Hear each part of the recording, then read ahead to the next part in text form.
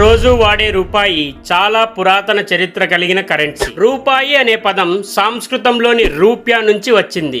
దాని అర్థం వెండి ముక్క లేదా వెండితో ముద్రించిన నాణ్యమని. క్రీస్తు పూర్వం 1100 సంవత్సరంలోనే పాని అనే పండితుడు ఈ పదాన్ని వాడాడు. ఆ కాలంలో వెండి ముక్కలే కరెన్సీలా ఉపయోగించేవారు. తరువాత చాణక్యుడు తన అర్థశాస్త్రంలో వెండి, బంగారు, రాగి నాణ్యాల గురించి రాశాడు. కానీ మనం ఇప్పుడు వాడే రూపాయి పుట్టుక 16వ శతాబ్దంలో జరిగింది. షేర్షా సూరి అనే రాజు వెండి నాణ్యాలు జారీ చేసి వాటికి రూపియా అనే పేరు పెట్టాడు. అదే పేరు ఇంతవరకు కొనసాగుతుంది. బ్రిటిష్ కాలంలో 1 రూపాయి అంటే 64 పైసలు. కానీ 1957లో దశాంశ పద్ధతి వచ్చాక 1 రూపాయికి 100 పైసలు అయ్యింది. ఇప్పుడు ఈ రూపాయి అనే పేరును భారత్ మాత్రమే కాదు, నేపాల్, శ్రీలంక, పాకిస్తాన్, మాల్దీవులు, మర్షియస్ లాంటి దేశాల్లోనూ వాడుతున్నారు. అందుకే రూపాయి కేవలం కరెన్సీ కాదు, మన చరిత్రకు సాక్ష్యం. మీకు తెలుసా, ప్రపంచంలోనే దాదాపు 200 కోట్ల మంది ఈ పేరుతోనే కరెన్సీని వాడుతున్నారు.